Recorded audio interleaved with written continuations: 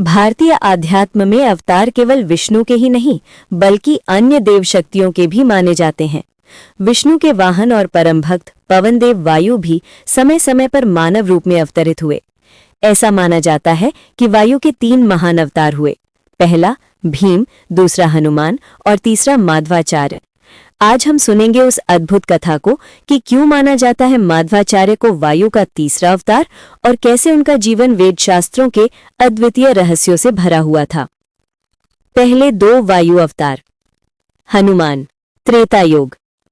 त्रेता युग में वायु ने अवतार लिया हनुमान जी के रूप में। राम भक्ति, बल, ज्ञान और निष्ठा का ऐसा अद्वितीय स्वरूप जिन्हें चिरंजीवी का वरदान मिला। हनुमान वायु के शौर्य और अटूट भक्ति का प्रथम प्रतिरूप है। भीम। द्वापर युग। फिर द्वापर युग में वायु अवतरित हुए भीम के रूप में। पांडवों में सबसे बलशाली मगर हृदय से कोमल। उनका संकल्प धर्म की स्थापना था। जहां हनुमान ने श्री राम के कार्य को साधा, वहीं भीम ने श्री कृष्ण के मार्गदर्शन में धर्मराज युधिष्ठिर को विजय दिलाई। माध्वाचार्य। वायु का तृतीय अवतार। कलयुग आते ही अधर्म और भ्रम का अंधकार फैल गया। लोग वेदों के गूढ़ अर्थ भूलकर केवल बाहरी कर्मकांड में उलझ गए। अद्वैत और बौद्ध मत ने आत्मा और ईश्वर के भेद को मिटा दिया था। ऐसे समय में धर्म की रक्षा के लिए वायु ने तीसरा अवतार लिया, श्री माध्वाचार्य। जन्म और प्रारंभिक जीवन। माध्वाचार्य का जन्म 13वीं शताब्दी में कर्नाटक के उडुपी के पास हुआ। जन्म का नाम था वसुदेव।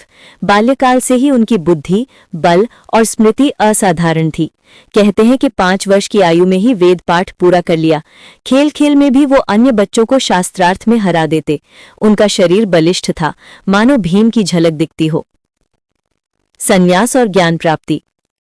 8 वर्ष की आयु में उन्होंने संन्यास लिया और नाम पाया आनंद तीर्थ। उनके गुरु आचार्य अच्युत प्रेक्षा स्वयं आश्चर्यचकित रहते, क्योंकि शिष्य कई बार गुरु को ही शास्त्रार्थ में परास्त कर देता। आनंद तीर्थ ने संकल्प लिया, मैं वेदांत को अपने सही स्वरूप में लोगों के सामने रखूंगा। यहीं से शुरू हुआ उनका अद्वितीय कार्य, द्वैत दर्शन की स्थापना। द्वैत दर्शन। माध्वाचार्य का संदेश। माध्वाचार्य ने कहा, जीव और ईश्वर कभी एक नहीं हो सकते। आत्मा और परमात्मा के बीच शाश्वत भेद है। मुक्ति का अर्थ है ईश्वर की सेवा और उसके सानिध्य का आनंद। उनकी वाणी ने लोगों को झंझोर दिया। जहां अद्वैत कहता था कि सब एक है, वहां माधव ने कहा, ईश्वर अनंत है, जीव अल्प है, दोनों का मिलन संभव है पर समानता असंभव है। उडुपी श्री कृष्ण मंदिर की स्थापना। एक प्रसंग बड़ा अद्भुत है। एक नाविक समुद्र में तूफान से घिरा था। उसकी नाव में श्री कृष्ण की एक प्राचीन मूर्ति छुपी हुई थी।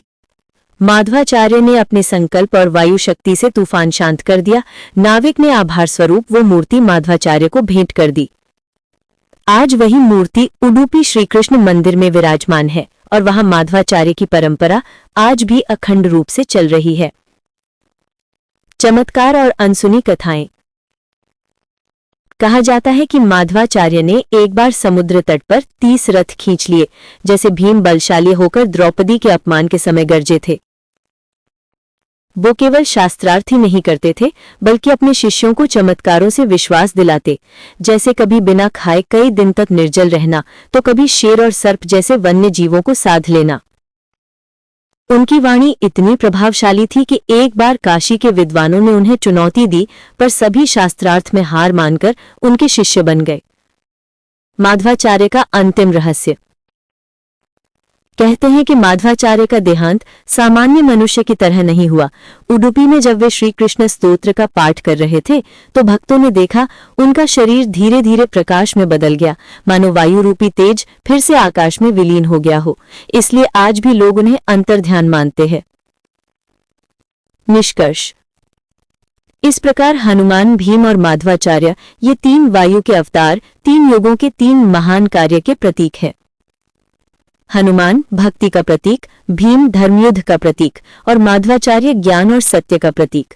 आज भी उडुपी और द्वैत वेदांत की परंपरा हमें यह स्मरण कराती है कि ईश्वर और जीव का भेद ही भक्ति का आधार है और यही माध्वाचार्य का सनातन संदेश है। ये कथा शास्त्रों, परंपराओं और माध्वाचार्य की जीवन गाथाओं पर आधारित है। इसका उद्देश्य केवल जानकारी, प्रेरणा और भक्ति का प्रसार है। इसे किसी संप्रदाय विशेष की आलोचना या वाद विवाद का रूप न दिया जाए।